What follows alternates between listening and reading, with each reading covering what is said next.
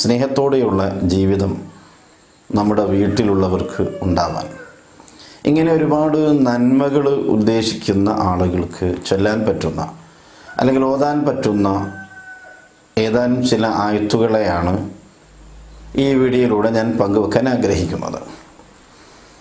ആദ്യമായി പറയട്ടെ, നമുക്കൊക്കെ സൂറത്തുൽ ഇഖ്ലാസ് കാണാതെ ഓതാൻ അറിയുന്നവരാണ്. സൂറത്തുൽ ഇഖ്ലാസ്, ആ സൂറത്തുൽ ഇഖ്ലാസ് നമ്മുടെ വീട്ടിലേക്ക് കയറുന്ന സമയത്ത് വലതുകാൽ വെച്ചുകൊണ്ടാണല്ലോ വീട്ടിലേക്ക് കയറേണ്ടത്. നമുക്കൊക്കെ അറിയാം.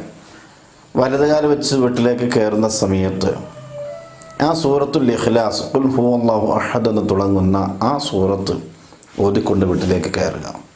എന്നാൽ ദാരിദ്ര്യം നമ്മുടെ വീട്ടിലുണ്ടാവുകയില്ല, പട്ടിണി ഉണ്ടാവുകയില്ല. ഏത് സമയത്തും ഭക്ഷണം നമ്മുടെ വീട്ടിലുണ്ടാകും എന്നാണ് പറഞ്ഞതിൻ്റെ ഉദ്ദേശം.